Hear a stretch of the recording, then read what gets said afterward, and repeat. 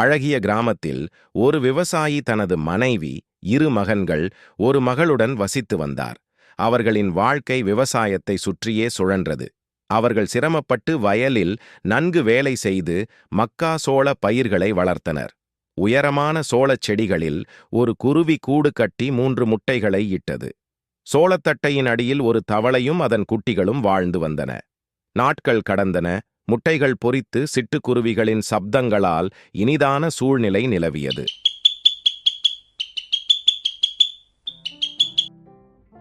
என் அன்பான குழந்தைகளே, நீங்கள் மிக வேகமாக வளர்ந்து வருகிறீர்கள். ஒரு நாள் விவசாயி தனது பிள்ளைகளுடன் வயலுக்கு வந்து அறுவடை செய்ய நேரம் வந்துவிட்டது என்று சொல்லிக் கொண்டிருந்தார். அதை கேட்ட சிட்டுக்குருவிகள் பயந்து நடுங்கின. மாலை வந்த அம்மா குருவி சிட்டுக்குருவிகளின் கண்களில் இருந்த பயத்தை கண்டது.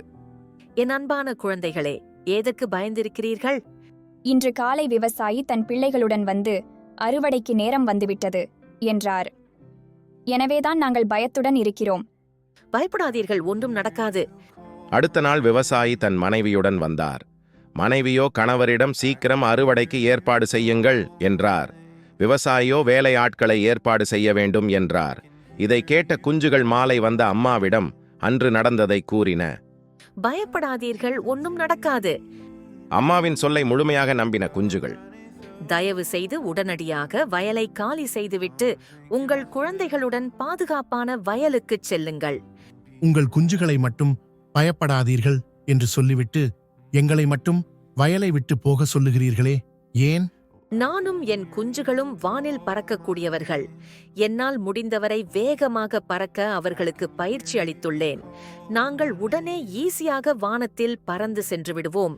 நீங்களோ தாவி தாவித்தான் வயலை கடந்து செல்ல முடியும். அது உங்களுக்கு மிகவும் சிரமம். எனவேதான் உடனே பாதுகாப்பான வயலை நோக்கி போக சொன்னேன். அறுவடை தொடங்கினால் வயலை கடந்து செல்வது மிகவும் ஆபத்தாகிவிடும். குருவியின் ஆலோசனையால் குழப்பமடைந்த தவளை அந்த இடத்திலே தங்க முடிவு செய்தது. அடுத்த நாள் தன் மனைவி, பிள்ளைகளுடன் வந்த விவசாயி, இனியும் நாம் அடுத்தவர்களை அறுவடைக்கு நம்ப முடியாது. நாமே களத்தில் இறங்கிவிட வேண்டியதுதான். நாமே நாளை அறுவடை செய்வோம் என்றார். விவசாயி இன்னைக்கு என்ன பேசினாரு?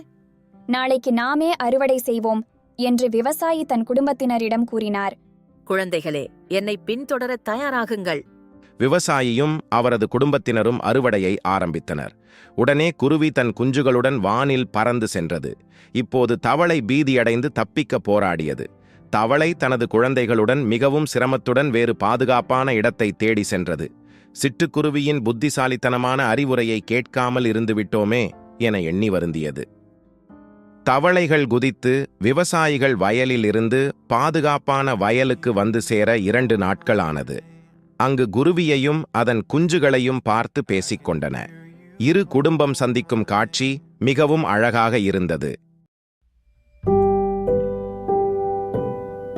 Hello, if you like it, please subscribe.